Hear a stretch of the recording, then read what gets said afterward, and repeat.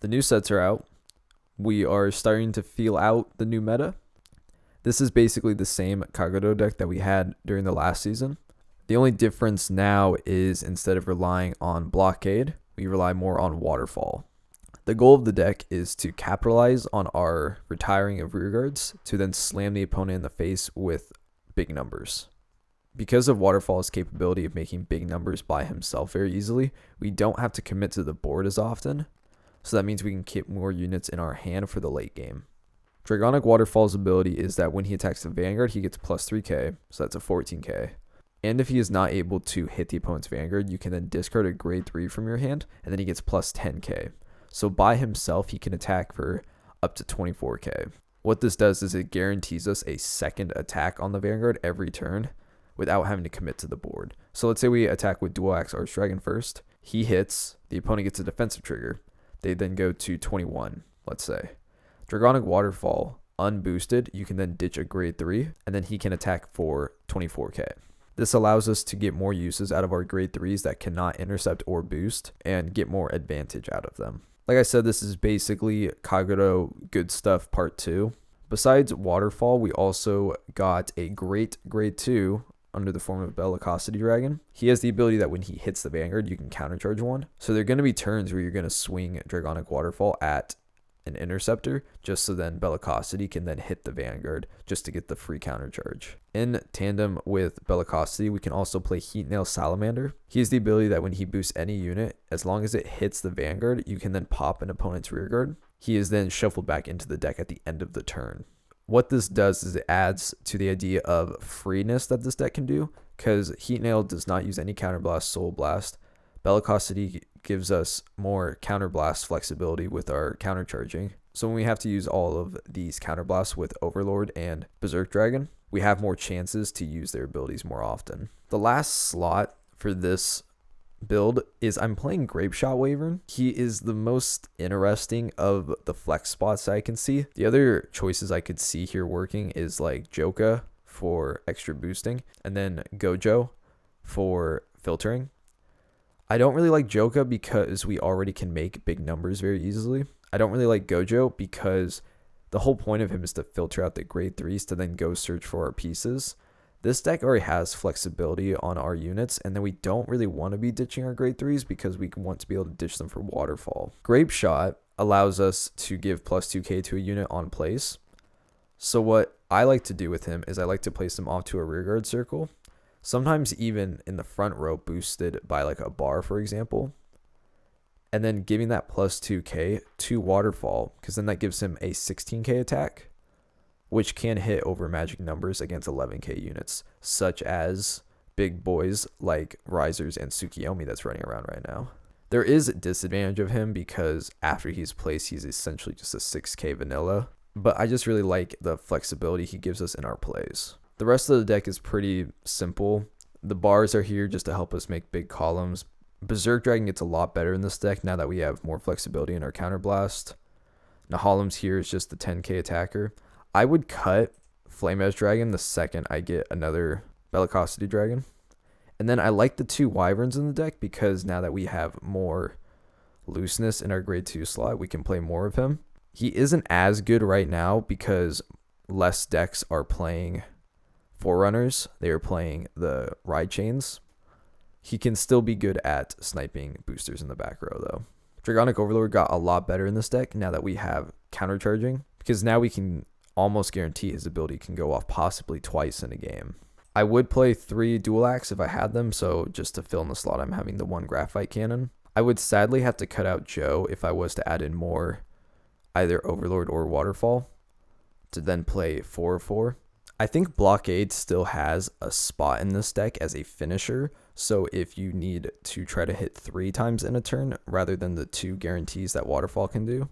Because of this, I think Blockade gets a little more awkward in the deck because we now have more choices of lines of play, and Blockade can seem kind of useless sometimes. So I think as a 1 of or possibly a 2 of in the deck, he's still very good, but I would not go beyond that.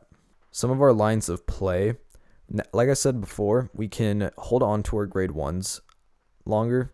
So using Grapeshot later on in the game is very easy because for a lot of the game, we're just going to be poking with our front rows, like one at rear guard if we weren't able to retire, and then Waterfall. But hopefully we'll have turns where Berserk Dragon is going to be able to pop a front row, and then rear guard goes after Vanguard, and then Waterfall goes for Vanguard for a second hit guaranteed. Bar behind anything is great. It gives us uses for great numbers. So if bar is even behind Waterfall, this will give Waterfall access to a 22k hit or a 32k hit with the drop of a grade 3. So if your opponent is low on interceptors, this can guarantee it a third attack hit. When we are having to go for more defensive turns, Heat Nail is great for turning off your opponent's back row, making it so that their multi-hitting turns are not going to be able to be as successful. With the meta in mind, when playing against Kagero, the main thing that you're going to be running into now is the Eclipse deck. Eclipse has a better time controlling the board than us. We can help counter this by holding onto grade 1s, the turns that we know that they're going to have free counterblasts open. So then we can feel free to capitalize on these turns that we can deal a lot of damage, because Eclipse has to hit the Vanguard.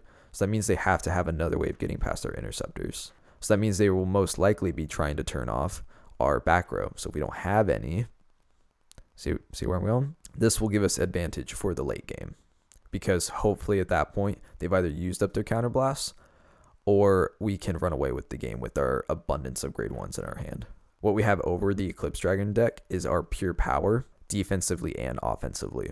So dealing as much damage as we can at any point in the game is kind of the best use of our turns. So going up against like the big boy menace of the meta right now, Perfect Riser, a turn 1 grade 1 rush can help set us for a tempo in our favor, because they don't really use a lot of counterblasts in the deck. Besides Perfect Riser going to search for a Battle Riser, counterblasts don't really come up very often. So dealing these extra bits of damage can help us offset ourselves from these turns that Perfect Riser can slam us in the face for 2 damage. We have access to a PG at all times because we play Conroe. So when we pop off Conroe to go search for a PG is very important, because let's say we're only at 2 damage. Perfect Riser is still going to be able to hit us, putting us to 4, and then it's just going to offset the advantage that we probably were able to gain with our extra hits every turn. One thing to point out with Risers versus other Nova Grappler builds is that they don't do multi-attacking. They don't play stands, so sniping their rear guards to have them have a harder time making numbers or interceptors. So then on turns where they're going to have to swing their Perfect Riser at one of our interceptors is basically just going to be able to turn the game around for us, so it's an auto win essentially. The other big bad boss of the meta right now is Tsukiyomi. Timing is the only way we're going to be able to win in that game.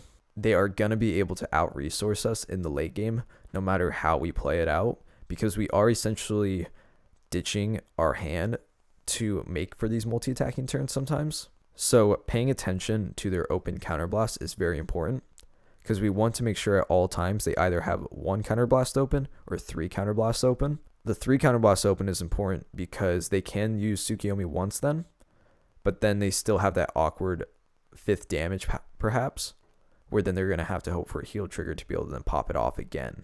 This makes it so we're okay having those turns where we just deal 1 damage and then holding back our resources, such as Overlord or Berserk Dragon. So then on a final turn per se, we can then use all of our resources to blow past all of their PGs they probably have in their hand, because they are going to have access basically to every PG in their deck. My final thoughts for the deck is this deck is probably sitting in like 3rd place, right behind Perfect Riser and Tsukiyomi. We're sitting in this spot because we're kind of in a weird spot between those 2 decks, because we can't make as big and hard-hitting plays like Perfect Riser can, and we don't form plussing as good as Tsukiyomi. This deck, however, does have a lot of growth later on, kind of like Perfect Riser, because when break rides such as The End and Phantom Blaster Overlord comes out, in addition with MLB, they're going to have turns where their Vanguard is at 12 or 13k.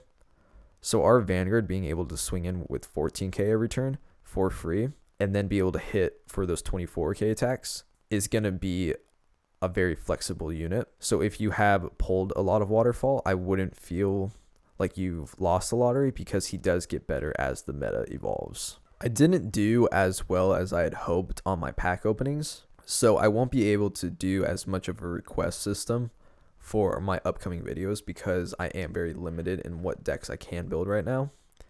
I am pretty excited because one of the decks I can build right now is a deck that I haven't really been able to spotlight yet on this channel. I'll leave that open, but if you have been asking for a specific deck that I haven't done yet, then just know it is coming.